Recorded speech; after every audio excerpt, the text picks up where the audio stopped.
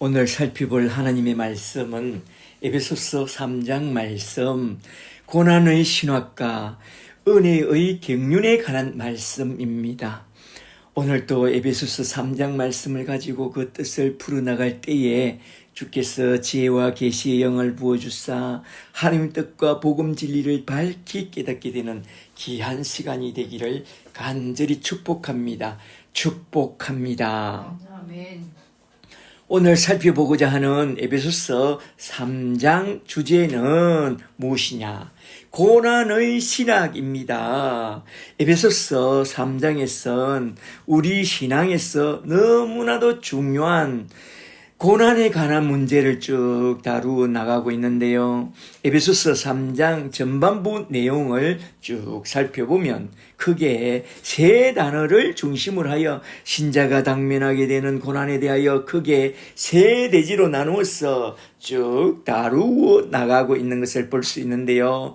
첫째로 먼저 우리 신자들에게 고난은 왜 일어나는가? 이에 대하여 사도는 1절에서 예수의 일이라는 이 단어를 중심으로 하여 신자의 고난 문제를 쭉 다룬 후에 둘째로 2절부터 은혜의 경륜이라는 단어를 중심으로 하여 고난의 문제를 쭉 설명해 나가는데요. 그게 3장 2절부터 9절에 딱 나오죠. 셋째는 10절에 나온 교회와 예정이라는 단어를 통해서 고난의 문제를 쭉 다루어 나갑니다. 그런 후에 3장 14절부터 시작되는 3장 후반부 내용은 고난 가운데 우리는 어떻게 기도할 것인가에 대하여 바울의 그 유명한 기도 신학이 딱 나오면서 딱 끝이 나는데요. 후반부에 나온 사도의 기도 신학은 다음 주에 자세히 살펴보기로 하고, 오늘은 에베소서 3장 전반부에 나온 말씀을 세 단어를 중심으로 하여 전개되는 내용을 크게 세 대지로 나누어서 한번 쭉 살펴보고 딱 마치고자 합니다. 한번 잘 들어보세요. 첫째로 먼저 첫 번째 대지로 넘어가서 에베소서 3장 1절에 나온 예수의 일이라는 이 단어를 중심으로 하여 바울이 교훈하고 있는 고난의 신학에 대하여 한번 쭉 살펴보도록 하겠습니다. 먼저 3장 1절부터 잘 보세요. 1절에 이름으로 도토 가린 이런 이유로 에고 바울로서 나 바울은 그리스도 예수의 일로 너희 이방인을 위하여 갇힌 자가 되었도다 하면서 딱 시작하고 있습니다. 여기서 시작하는 말씀을 잘 보면 바울이 옥에 갇히게 된 것은 그리스도 예수의 일로 말미암아 그렇게 되었다고 하면서 그의 부르심의 사명과 딱 연결하여 말씀하고 있는데요. 왜 이렇게 시작하고 있느냐? 그건 에베소 교인들이 바울이 로마 감옥에 갇혔다는 그 소문을 듣고 왜 바울 같은 그런 사도에게 이런 일이 일어나느냐? 왜? 라는 의문을 제기하고 있는 자들에게 먼저 그 의문을 좀 풀어주고 또 이런 기회에 고난의 신학에 대하여 잘 가르쳐 주려고 예수 그리스도의 일과 딱 연결하여 그가 옥에 갇힌 일에 대하여 쭉 설명해 나가고 있는데요. 신자의 고난을 예수의 일과 연결하여 생각하는 법을 가르쳐 주고자 사도는 이렇게 시작한 것입니다. 사람들은 대개 자신에게 큰 문제가 툭 터지게 되면 어떻게 생각하게 되느냐? 잘 들어보세요.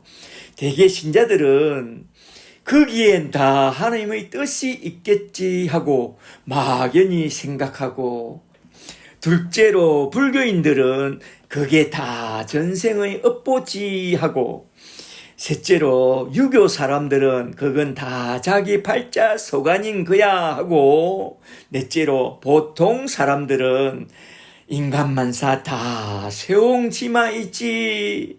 잘못된 일이 오히려 잘된 것일 수도 있고 잘된 일이 오히려 잘못될 수도 있다고 생각하고 우리에게 닥친 고난에 대하여 대충 체념하고 그냥 사는데요. 그렇다면 우리 그리스도인은 그런 고난을 당면할 때 어떻게 받아들여야 하느냐? 사도는 딱 잘라서 말합니다. 그건 모두 다 예수의 일과 연결해서 생각해야 한다. 내게 일어난 그 일이 좋은 일이든지 나쁜 일이든지 예수님의 일과 연결하여 하나님의 뜻을 따라 모든 것이 합력하여 선을 이루게 될 것이라고 생각해야 한다. 말하자면 우리에게 일어난 그 모든 문제는 예수 일과 다 연결해서 사고하는 법을 길러야 한다 이 말입니다. 그래서 여기서 사도는 말합니다.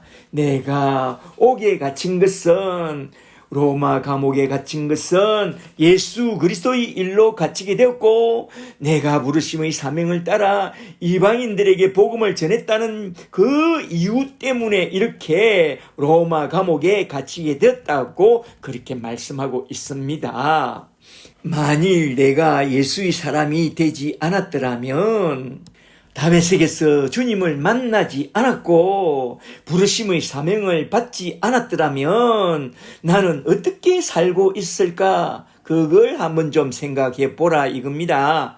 아마도 나는 다소 출신의 사울로서 바리새인 중의 바리새인으로서 하나님의 일의 해방자요 예수님의 일의 박해자로 지금도 살기 등등하게 사방을 싸 돌아다녔을 것이다. 이게 그리스도 밖에 있는 죄인의 본질이요. 나는 진노의 자식으로서 지옥의 자식이 되고 말았을 것입니다. 그랬던 내가 진노의 자식이었던 내가 다메섹에서 예수님을 만나게 되었고 아나니아를 통해서 구원의 복음과 함께 성령까지 딱 받게 되었고 구원과 함께 부르심의 사명을 받고 주님의 일꾼이 되었으니 이 은혜를 생각하면 너무나도 감사하고 고마워서 그냥 눈물이 핑 도는데 그런 나에게 이러한 고난과 이러한 감옥이 불편하다고요? 아니올시다. 나를 불러주사 하나님의 자녀로 삼아주신 그 크신 은혜와 또 나를 주님의 일꾼으로 삼아주신 그 크신 은혜를 생각하면 그냥 콧날이 시큰해지고 눈물이 흐릅니다. 주여 내게 주신 이 은혜가 너무나도 감사하나이다. 그러므로 나에겐 이 감옥은 감옥이 아니라 나의 천국이요 초막이나 궁궐이나 내 주 예수 모신 곳은 그 어디나 다 하늘나라입니다. 예수 그리스도의 일로 말미암아 당한 이 고난은 부르심의 사명을 받은 나에겐 오히려 내 생애에서 가장 최고로 영예로운 일이라고 나는 생각합니다.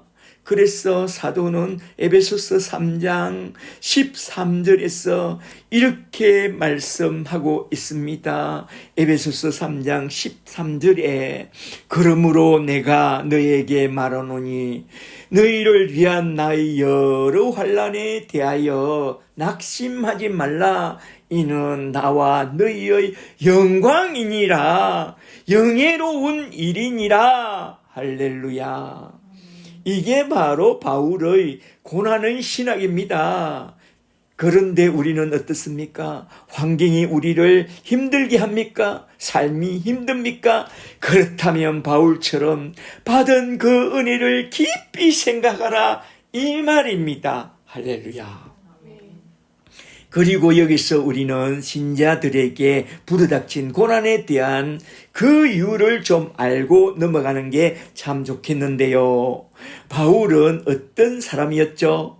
예수 그리스도의 일꾼이요 강력한 전도자였습니다. 그가 한 것이라고는 복음을 전하는 예수의 일을 한 것밖에 없는데 왜 그렇게 많은 핍박을 받고 지금은 또 왜 이렇게 감옥에 갇히게 되었느냐? 그건 바로 저 공중근세 잡은 자 이 세상신이 예수와 십자가의 복음을 너무너무 싫어하기 때문에, 그래서 십자가의 복음을 전하는 바울을 핍박하고 박해하고 감옥에 쳐넣은 것입니다. 이 세상신이 붙잡고 있는 이 세상 나라에 예수 십자가의 복음을 전하게 되면 저 원수 마귀와 그 종들은 눈에 불을 켜고 달려들어 우리를 핍박하고 대적하고 박해하게 되어 있습니다. 우리는 예수님을 왕으로 모시고 천국 복음을 전파하여 하나님의 나라를 이 세상 나라에 세워 나가니까 저 원수 마귀가 그게 싫어서 마구 달려들어 핍박하는 것입니다. 그래서 두 나라 사람들 간에 영적 전쟁이 일어나는 것입니다. 그러므로 바울이 복음을 전할 때 그렇게 많은 핍박을 받게 되었고 심지어 저 로마 감옥까지 잡혀 들어가게 된 것입니다. 우리도 바울처럼 신자가 되고 제자가 되고 일꾼이 되어 천국 복음을 전하게 되면 저 원수마귀 사탄은 그게 싫어서 마구 달려들어 우리를 그렇게 핍박할 것입니다. 그러나 모든 것을 합력하여 선을 이루시는 우리 하나님이 예수의 일로 핍박을 받고 감옥에 갇힌 바울을 어떻게 다루어 나가는지 한번 잘 보세요. 그는 로마 감옥에 갇혔을 때 로마서보다 더 수준 높은, 더 레벨이 높은 에베소서를 써서 우리에게 그 풍성한 예수 그리스도의 복음을 딱 남겨줬으니 하나님은 모든 것을 합력하여 선을 이룬 것이죠. 이렇게 저 원수마귀의 공격으로 우리가 넘어지게 될 때 그것이 오히려 우리에게 선을 이루게 되니 그 고난 속에서 우리가 하나님을 찾게 되었고 예수를 믿고 구원까지 받게 된 것입니다. 이렇게 우리에게 닥쳐온 고난들은 그렇게 나쁜 것만 아닙니다. 합력하여 선을 이룹니다. 지금은 손해를 받는 것 같으나 그것이 도리어 큰 축복이 되고, 지금은 망한 것 같으나 그것이 오히려 큰 성공을 가져오고, 지금은 악한 것 같으나 그것이 도리어 선을 이루게 됩니다. 그러므로 핍박을 받아도 감사하고 옥에 갇혀도 감사하고 병이 들어도 감사하고 손해를 받아도 감사하라 이 말입니다. 그리스도 안에서 모든 것이 합력하여 선을 이룰 테니까 이 말입니다. 그러므로 고난의 신학부터 잘 정리해 놓고 예수의 일로 고난 받는 것을 오히려 기뻐하면서 우리 믿음의 선한 싸움을 잘 싸우고 잘 달려가는 그런 자들이 다 되시기를 주의 이름으로 간절히 축복합니다. 축복합니다. 이제 두 번째 대지로 넘어가서 에베소서 3장 2절부터 9절에 나온 은혜의 갱륜, 곧 비밀의 갱륜이라는 이 단어를 통해서 고난의 문제를 풀어나가는 것을 좀 더 살펴보고 넘어가도록 하겠습니다. 앞에선 예수의 일과 연결하여 고난 문제를 다루었다면 여기선 은혜의 갱륜과 연결해서 고난의 문제를 쭉 풀어나가고 있는데요. 여기에 나온 두 번째 내용을 가만히 쭉 살펴보면 크게 세 개의 중요한 단어가 나오는데, 첫째는 2절에 나온 은혜의 갱륜과, 둘째는 4절에 나온 그리스도의 비밀과, 셋째는 9절에 나온 비밀의 갱륜이라는 이 세 단어인데요. 이 세 단어 속에 담겨있는 하나님의 갱륜을 중심으로 하여 사도께서 풀어나가는 고난의 신학에 대하여 한번 쭉 살펴보고자 합니다. 첫째로 먼저 3장 2절에 나온 은혜의 갱륜이라는 이 단어부터 한번 좀 살펴보도록 하겠습니다. 은혜의 갱륜은 4절에 나온 그리스도의 비밀과 또 9절에 나온 비밀의 갱륜과 연결하여 쭉 설명해 나가고 있는데요. 3장 2절부터 잘 보세요. 2절에 너희를 위하여 내게 주신 하나님의 그 은혜의 갱륜을 너희가 들었을 터이라. 곧 계시로 내게 비밀을 알게 해 주었으니 내가 먼저, 말하자면 앞장에서 먼저 간단히 기록함과 같으니 그것을 읽으면 내가 그리스도의 비밀을 깨달은 것을 너희가 알 수 있으리라. 아멘. 여기서 말한 그 은혜의 갱륜이란 뭐냐?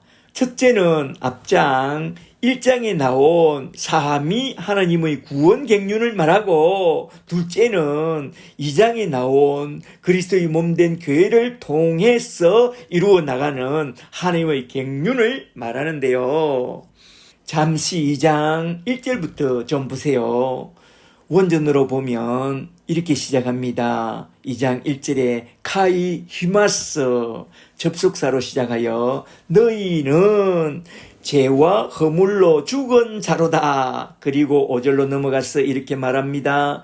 죄와 허물로 죽은 너희를 긍휼에 풍성하신 하나님이 첫째로 그리스도와 함께 살리셨고, 둘째로 그리스도와 함께 일으키사, 셋째로 그리스도 예수 안에서 함께 하늘에 앉히셨다고 말합니다. 이게 바로 하나님의 그 은혜의 구원 갱륜이죠.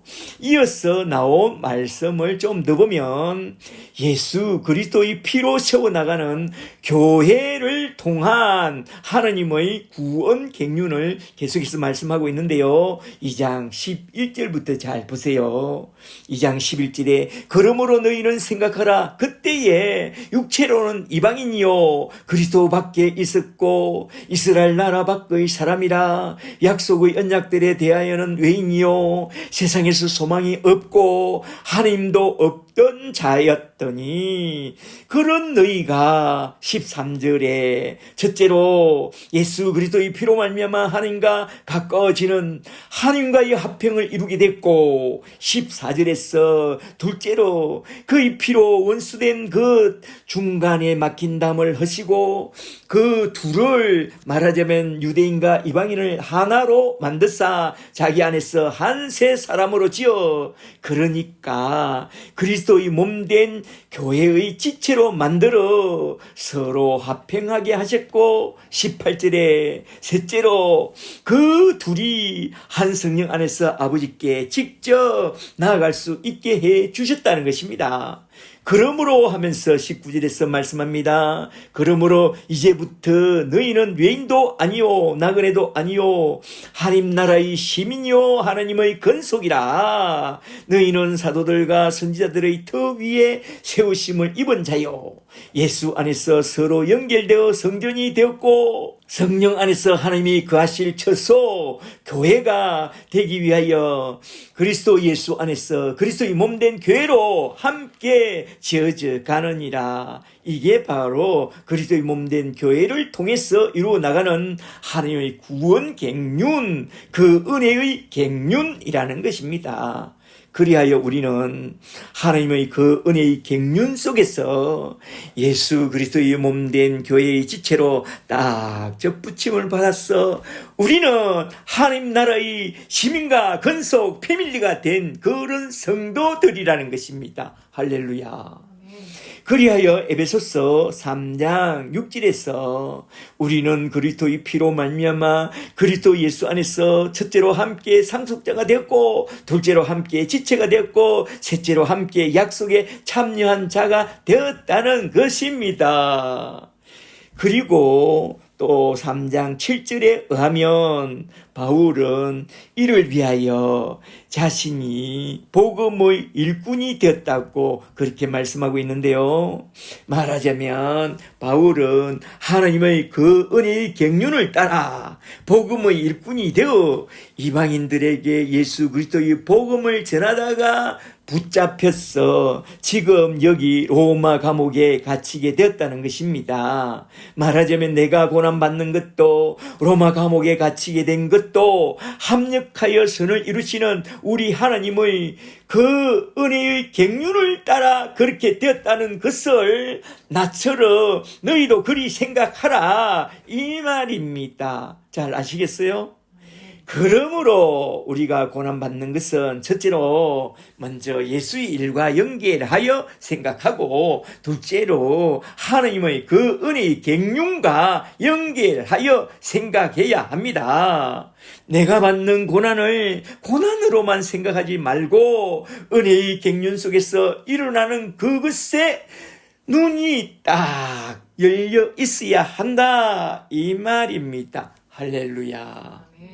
그리고 둘째로 생각해 봐야 할 단어는 3절과 4절에 나온 비밀과 그리스도의 비밀 미스테리온인데요. 이 단어 속에 담겨 있는 그 뜻이 무엇인지 한번 좀 살펴보고 넘어가도록 하겠습니다. 3장 3절부터 잘 보세요. 3절에 곧 계시로 내게 비밀을 알게 해 주었으니 내가 먼저 말하자면 앞장에서 먼저 간단히 기록함과 같으니 그것을 읽으면 내가 그리스도의 비밀을 깨달은 것을 너희가 알 수 있으리라. 아멘. 여기에 나온 비밀, 그리스도의 비밀, 미스테리오는 무엇을 말씀하느냐? 이건 신비주의자들이 말하는 신비스럽고 비밀스러운 그런 신비한 체험, 영성 체험이나 간상 체험을 통해서 알 수 있는 그런 시크릿을 말한 것이 아닙니다. 여기서 말하는 미스테리오는 성경에 밝히 공개된 그런 말씀이지만 우리 주님의 말씀에 의하면 이건 마치 하나님의 밭에 감추어진 보화와 같아서 택한 하나님의 자녀들에게만 딱 보이는 그런 것으로서 비록 교회는 다니지만 복음엔 별로 관심이 없는 그런 자들에게는 전혀 보이지 않는 진리의 말씀, 구원의 복음을 말씀한 것입니다. 그래서 이걸 비밀, 그리스도의 비밀이라고 말씀한 것이죠. 지혜와 계시의 영을 받고 거듭난 신자들만 볼 수 있는 그 구원의 진리, 말하자면 예수 십자가의 복음으로 말미암아 얻게 되는 그 구원의 진리로서 거듭나지 못한 사람들에겐 전혀 보이지 않도록 딱 감추어져 있기 때문에 그걸 비밀, 미스테리온이라고 말씀한 것입니다. 잘 아시겠어요?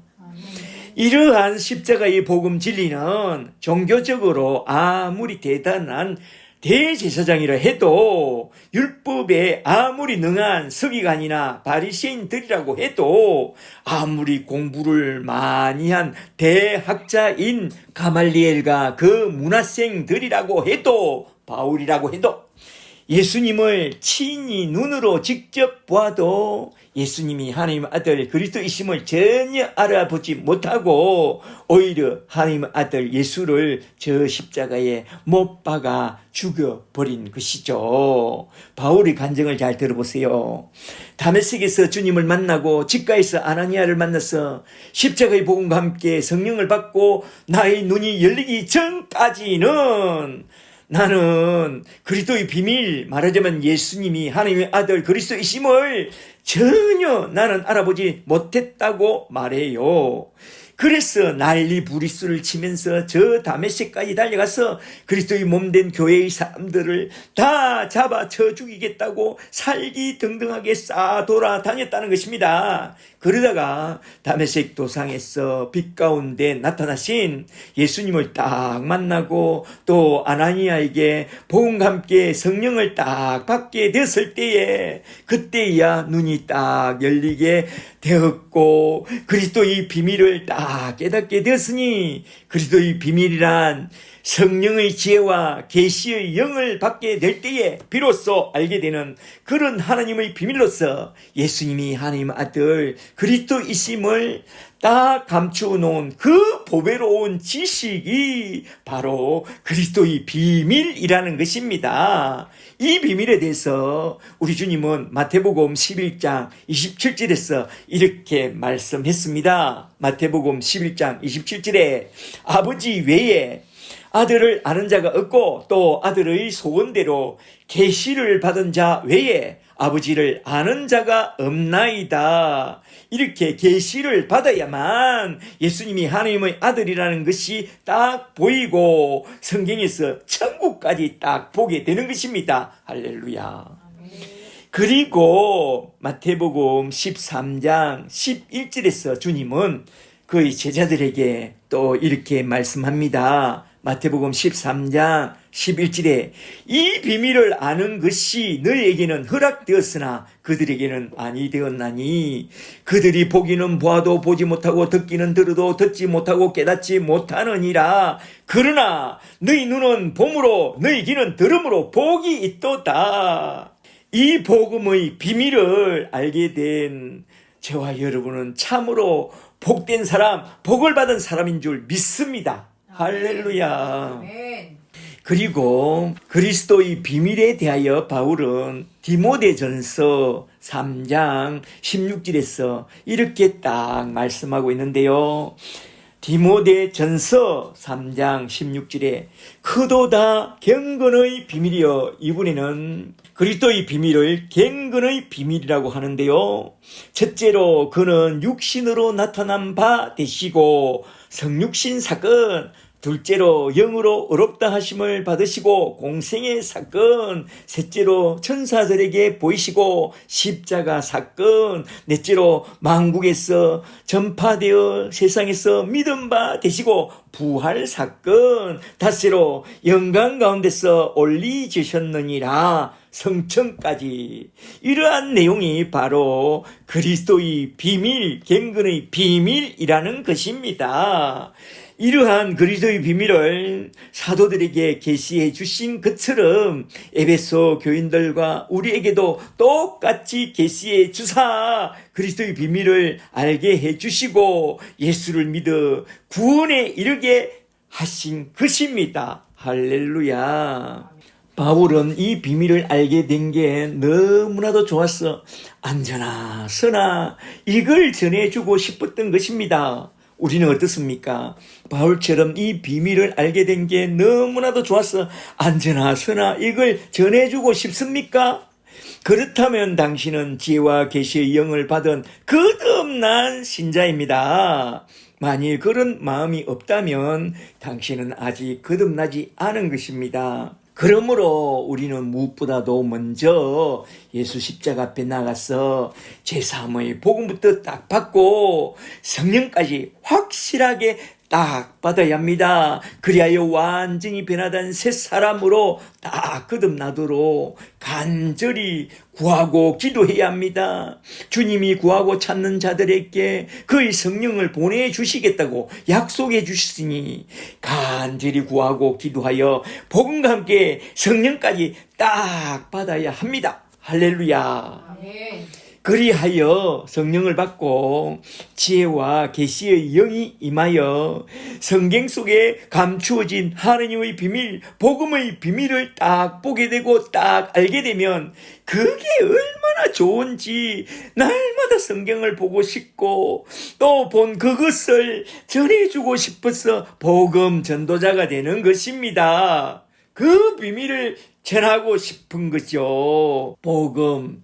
이렇게 복음과 함께 성령을 받고 그 눈이 열린 사람은 에베소서 3장 6절에서 하신 말씀처럼 그리스도 예수 안에서 첫째로 함께 상속자가 되고 둘째로 함께 지체가 되고 셋째로 함께 약속에 참여하는 자가 되고 더 나아가서 복음의 일꾼이 되는데 복음의 일꾼이 되면 그때부터 자기가 당하는 그 모든 고난을 넉넉히 이겨나가는 그런 내공이 강한 성령의 사람이 되는 것입니다. 저와 여러분은 그런 내공이 강한 성령의 사람들이 다 되시기를 주의 이름으로 간절히 축복합니다.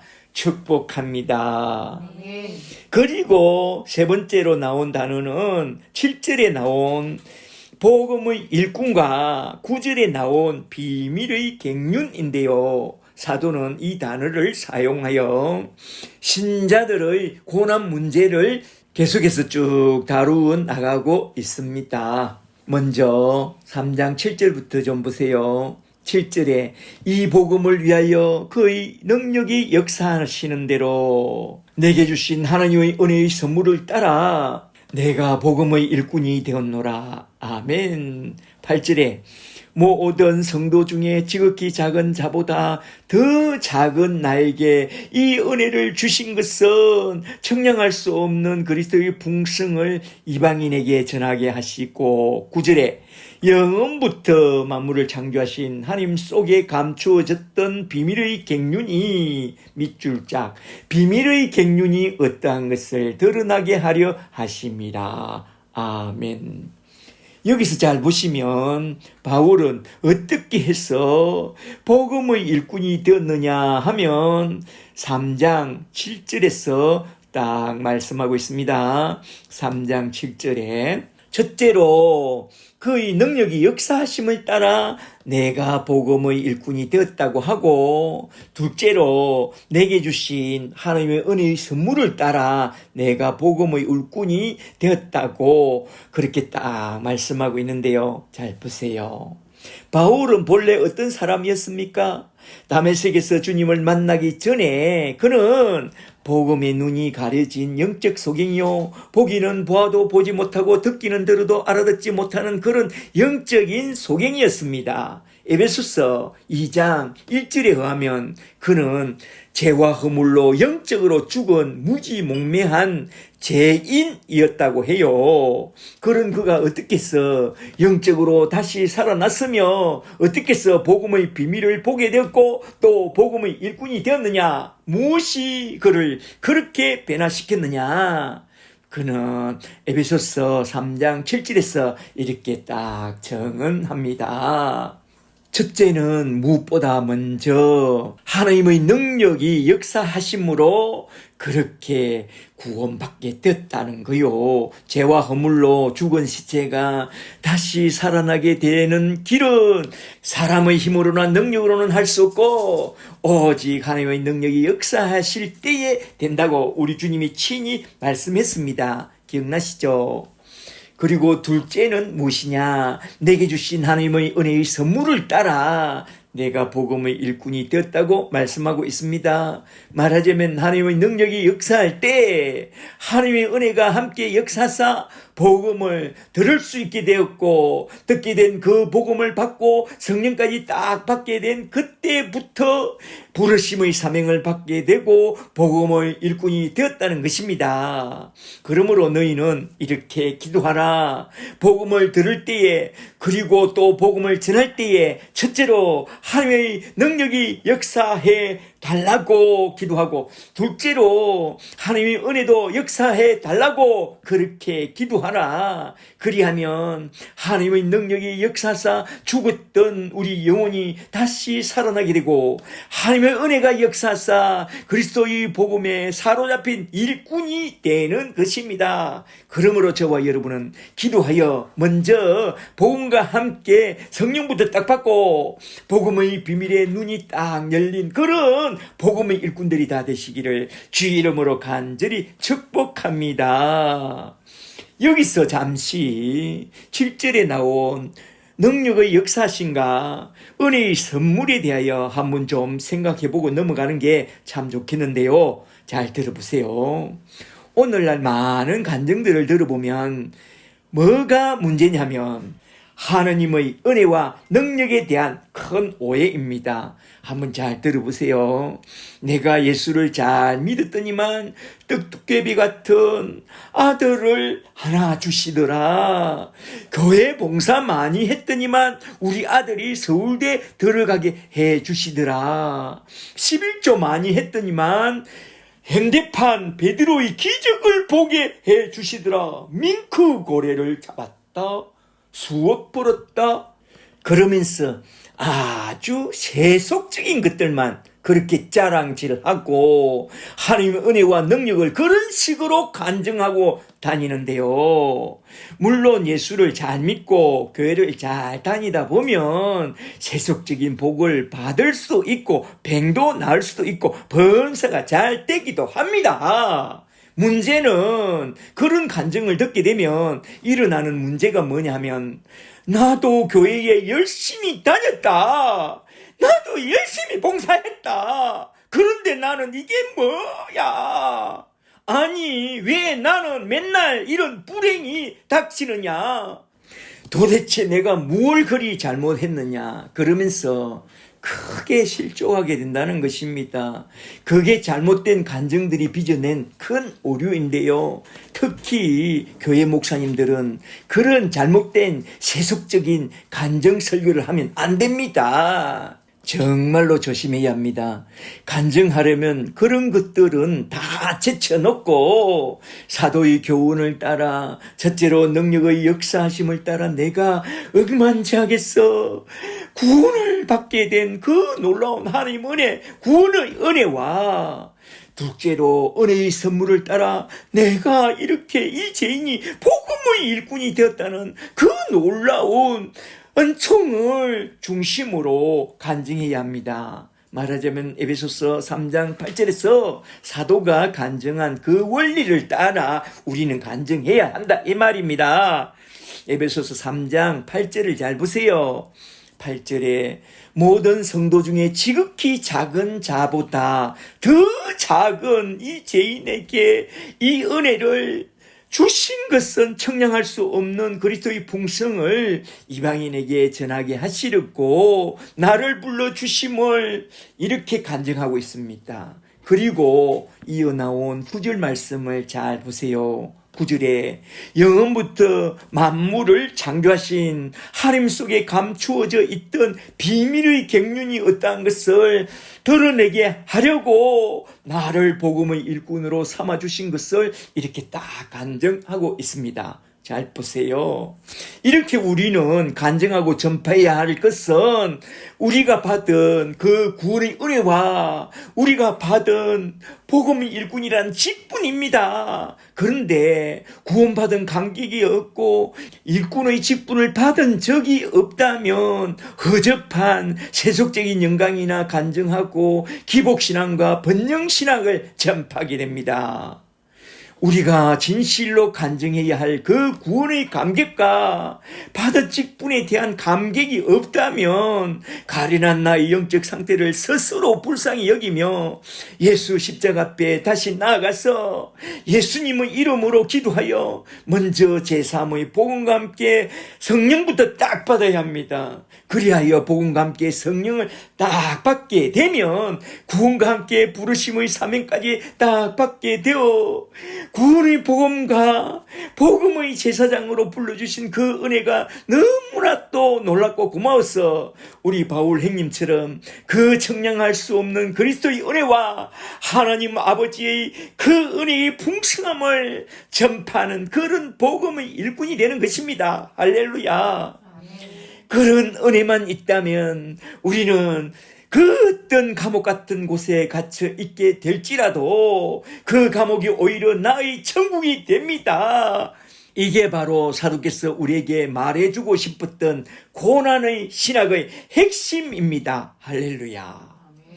이렇게 해서 우리는 두 번째 대지에서 대략 세 단어, 첫째로 은혜의 경륜과 둘째로 그리스도의 비밀 미스테리온과 셋째로 복음의 일꾼에 대한 비밀의 경륜까지 한번 쭉 살펴봤습니다. 이제 그 다음으로 넘어가도록 하겠습니다. 셋째로 이제 세 번째 대지로 넘어가서 에베소서 3장 10절에 나온 교회와 11절에 나온 예정이라는 이 단어를 통해서 결론 내리는 고난의 신학에 대해서 한번 좀 살펴보고 딱 마치고자 합니다.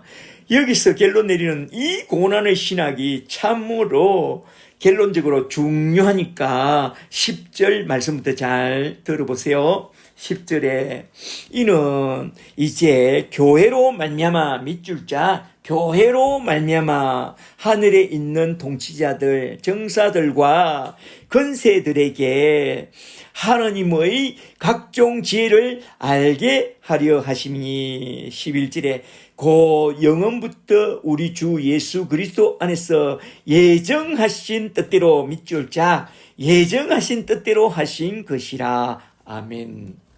여기서 사도는 고난의 신학에 대하여 결론을 내리면서 하느님의 구원 갱륜을 천사들의 관점에서, 말하자면 하늘에 있는 정사들과 권세들의 관점에서 쭉 설명해 나가는데요. 잘 보세요. 천상에 거하는 천사들의 관점에서, 말하자면 정사들과 권세들의 관점에서 하나님의 구원 갱륜을 딱 보니, 이 갱륜은 하나님의 교회를 통해서 이루어 나가는 하나님의 지혜로서 저 천사들에게까지도 감춰져 있는 하나님의 지혜라는 거예요. 그리고 영원부터 우리 주 예수 그리스도 안에서 계획하시고 예정하신 하나님의 뜻이었다고 딱 말씀하고 있습니다. 이게 무슨 말씀이냐? 교회를 통해서 예정하신 하나님의 뜻이라는 이 관점에서 한번 잘 들어보세요. 하나님의 교회란 언제부터 시작됐죠? 태초에 저 아름다운 에덴 동산에서, 에덴 동산 교회로부터 하나님 교회가 딱 시작됐습니다. 그런데 그 교회는 어떻게 되었느냐? 저 원수마귀 미혹과 아담의 타락으로 말미암아 그만 딱 무너지고 말았습니다. 이는 다 예견된 일이었다고 해요. 그래서 창세기 3장 15절에서 하나님은 이러한 패역한 인간들에게 그 회복의 길로서 구원의 길을 선포해 주시니, 여자의 후손으로 오실 메시아를 통해서 그 교회를 다시 재건하시고 그 타락한 아담의 후손들 중에서 택한 자기 사람들을 구원해 주실 것이라고 딱 약속해 주신 것입니다. 잘 보세요. 그리하여 노아 때에 홍수로 세상을 심판할 때에 방주 교회를 통해서 구원받을 자를 구원해 주셨습니다. 그러나 방주에서 나온 노아의 후손들이 또 저 원수마귀 사탄에게 속아서 저 바벨탑 아래 모여서 하나님께 반역을 도모하였으니 저 배역한 인간들을 다 심판하고 온 세상에 다 흩어버렸습니다. 그러나 그들 중에 한 사람 아브라함에게 찾아가서 그를 본토 친척 아비 집에서 불러내어 그의 자손을 메시아로 삼았어 무너진 교회를 재건하고 또 구원의 길을 열어주시겠다고 약속해 주셨습니다. 창세기 12장 1, 2, 3절에서 말했죠. 그리하여 아브람과 이삭과 야곱을 통해서 약속하신 그 구원은 출애굽 때에 강야 교회를 통해서 그 구원의 길을 열어주셨고, 나중에 다윗 시대에는 왕국 교회를 통해서 구원을 열어주셨으나 타락한 이스라엘 자손들은 세월이 흐르면서 그 구원의 문을 딱 닫아 버렸으니 자기들도 들어가지 않고 다른 이들도 들어가지 못하도록 그 길을 막아버리고, 심지어 하나님의 아들 메시아 예수 그리스도를 십자가에 딱 못 박아 죽여버렸습니다. 그들이 누구냐? 저 악하고 패역한 이스라엘 자손들입니다. 이렇게 아담도 이스라엘 자손도 모두 다 실패했지만 하나님의 예정하신 뜻과 하나님의 작정하신 구원 계획은 멈출 수가 없었으니, 아담과 이스라엘 자손이 실패한 그 자리에 하나님이 그 예정하신 뜻을 이루려고 하나님의 아들 예수 그리스도를 보내사 구속 갱륜을 이루어 나갔습니다. 그리하여 때가 참에 예수님이 첫째로 성육신하여 내로사 성육신 사건, 둘째로 공생애를 통해서 하나님의 나라 천국 복음을 전파하시고 공생애 사건, 셋째로 십자가에서 죽음으로써 그의 피로 말미암아 구속 곧 제사함과 구원의 은총을 베푸시고 십자가 사건, 놀라운 사건이죠. 넷째로 장사된 지 사흘 만에 부활하사 40일 동안 제자들에게 약속하신 성령을 받아야 한다고 강력하게 고운하시고 부활 사건. 다섯째로 제자들이 보는 앞에서 저 하늘나라로 성천하여 가버렸습니다. 성천 사건. 바로 그때였습니다. 예수님이 하늘로 성천하여 쑥 올라오셨을 때에 인간들의 구원에 관심이 집중되어 있던 천사들이 말하자면 정사들과 권세들이, 그 천사들이 당황하여 주님께 물었답니다. 주여, 어떻게 하시려고 저렇게 삐리삐리한 120명만 남겨놓고 이렇게 일찍 싹 올라오셨나요? 그들이 실패하면 어찌하시려고요? 벌써 올라오셨나요? 고래, 다른 방법이 없다야. 다른 길도 없다. 그들이 내 길이요, 내 방법이다. 이게 무슨 말씀이냐? 그 다음에 일어난 놀라운 일들을 보고 그 천사들이 크게 깨닫고 감탄했답니다. 그 다음에 일어난 일이 무엇이냐? 오순절 날에 약속하신 성령을 보내사 마가다락방에 모여 기도하며 약속하신 성령을 기다리던 120명의 제자들에게 성령을 부어주시니 그들이 성령을 받자마자 그리스도의 몸된 교회가 되어 벌떡 일어나 나가서 종횡무진하면서 주님의 대업을 쭉쭉 이루어내더라, 이 말입니다. 이걸 어떻게 천사들이 알았으리요, 이 말입니다. 이러한 주님의 몸된 교회를 통해서 그 구속 갱륜을 이루어 나갈 줄을 누가 알았으리요? 이건 첫째로 땅에 있는 인간들에겐 비밀의 갱륜으로 딱 가려져 있었고, 둘째로 하늘에 있는 천사들에게는 하나님의 지혜로 딱 가려져 있었고, 셋째로 영혼의 관점에선 우리 주 예수 그리스도 안에서 예정하신 하나님의 뜻이었다고 누가 생각인들 했겠어요. 그런데 놀랍게도 바울이 그걸 다 알게 되었으니 그가 전에 셋째 하늘 삼청천에 올라갔다가 이러한 놀라운 이야기들을 다 듣고 또한 그 구원 갱륜의 파노라마를 다 보고 내려와서 다 알게 되었다는 것입니다. 할렐루야. 그래서 바울이 가르쳐주는 이걸 듣는 자마다 그 비밀의 광대한 구속의 파노라마의 비밀을 알게 되는 것입니다. 그리하여 하나님의 교회, 그리스도의 몸된 교회를 통하여 예정된 비밀의 갱륜은 이제 어떻게 계속해서 진행되느냐? 예수님이 부활승천하신 후에 오순절 날에 성령님을 내려보내사 마가다락방에 예루살렘 교회를 딱 세워주시고, 그리고 스테판의 순교 사건을 기점으로 하여 흩어진 주의 제자들이 가는 곳마다 유대와 사마리아와 안디옥과 로마까지 가서 세우게 된 우리 주님의 몸된 교회를 통해서 본격적으로 우리 하나님의 비밀의 갱륜을 척척 이루어 나갑니다. 잘 보세요.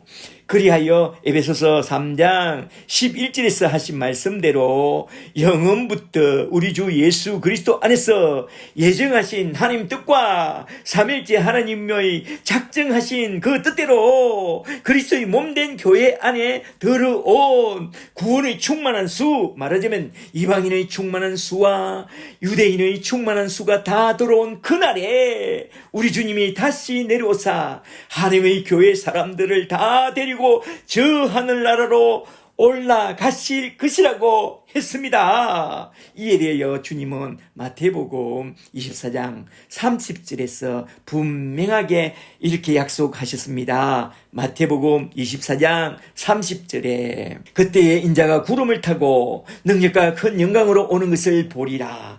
그가 큰 나팔 소리와 함께 천사들을 보내리니 그들이 그의 택하신 자들을 하늘 이 끝에서 저 끝까지 사방에서 모으리라. 아멘. 그때 주의 신부 되신 교회는 다 휴거될 것이라고 말씀하고 있습니다. 데살로니가 전서 4장 16절을 좀 보세요. 데살로니가 전서 4장 16절에 주께서 호령과 천사장의 소리와 하나님의 나팔 소리로 친히 하늘로부터 강림하시리니 그리스도 안에서 죽은 자들이 먼저 일어나고 그 후에 우리 살아남은 자들도 그들과 함께 구름 속으로 끌려 올려 휴거가 되어 공중에서 주를 영접하게 되리니 그리하여 주님의 공중 혼인 잔치에 참여하게 되리라. 할렐루야. 그날에 그리스도의 몸된 교회의 신부들은 그 부활의 영광에 참여하게 될 것이라고 했습니다. 고린도전서 15장 51절을 잘 보세요. 고린도전서 15장 51절에 보라 내가 너에게 비밀을 말하노니 우리가 다 잠잘 것이 아니요 마지막 나팔의 순식간에 홀연히 다 변화되리니 나팔 소리가 나매 죽은 자들이 썩지 아니할 것으로 다시 살아나고 우리도 다 변화되리라. 할렐루야. 그리하여 주님의 신부가 된 교회의 형제자매들이 들려 올라갈 때에 부활의 몸을 덧입고 새하늘과 새 땅, 새 예루살렘 성에 들어가는 그 순간 주님의 교회는 이제 천상교회로 완성될 것입니다. 계시록 21장 1절을 잘 보세요. 계시록 21장 1절에 내가 또 새하늘과 새 땅을 보니 처음 하늘과 처음 땅이 없어졌고 바다도 다시 있지 않더라. 또 내가 보매 거룩한 성 새 예루살렘 성이 하나님께로부터 내려오니 그 준비한 것이 신부가 남편을 위하여 단장한 것 같더라. 내가 들으니 보좌에서 큰 음성이 났어 이르되 보라 하나님의 장막이 사람들과 함께 있음에 하나님이 그들과 함께 계시리니 이걸 천상교회라고 그러죠. 그들은 하나님의 백성이 되고 하나님은 친히 그들과 함께 계셔서 모든 눈물을 그 눈에서 닦아주시니 다시는 사망이 없고 애통하는 것이나 곡하는 것이나 아픈 것이 다시 있지 아니하리니 처음 것들은 다 지나갔음이러라. 5절에 보좌에 앉으신 이가 이르되 보라 내가 만물을 새롭게 하노라. 아멘 아멘. 이것이 저 천상에서 완성될 우리 주님의 교회요 지상에서 영원으로 편입될 우리 주님의 교회이죠.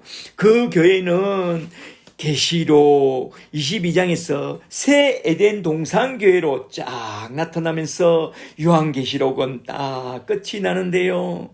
계시록 22장 1절에 그가 수정같이 맑은 생명수 강을 내게 보이니 하느님과 및 어린 양의 보좌로부터 나왔어 길 가운데로 흐르더라. 강 좌우에 생명나무가 있어 달마다 12가지 열매를 맺고 그 나무 잎사귀들은 만국을 치료하기 위하여 있더라.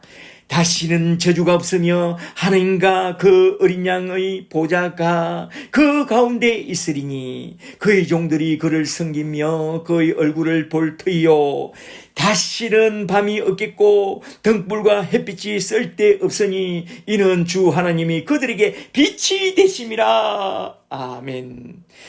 이곳이 바로 우리가 장차 돌아갈 저 본한 천국입니다. 할렐루야.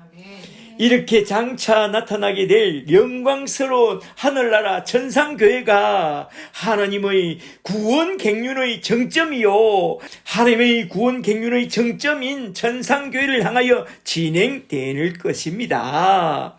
이러한 구원 갱륜은 영원부터 우리 주 예수 그리스도 안에서 예정하신 하나님 뜻대로 될 것이니 이러한 장엄한 스케일을 갖고 우리 하나님의 교회를 통해서 펼쳐나가는 그 장엄한 구원 갱륜의 비밀은 저 하늘에 있는 천사들도 전혀 알지 못하는 하나님의 지혜에 속한 것이라. 너희는 우리 하나님의 교회를 통해서 펼쳐나가는 하나님의 구원 갱륜을 나에게서 듣고 잘 알고 현재의 고난은 장차 도래할 영광과 족기 비교할 수 없다는 그것을 깊이 생각하면서 신자들을 향한 고난의 신학을 잘 정리해 놓고 그 어떤 고난과 환난 속에서도 오직 의인은 믿음으로 살아가야 한다 이 말입니다. 잘 아시겠죠?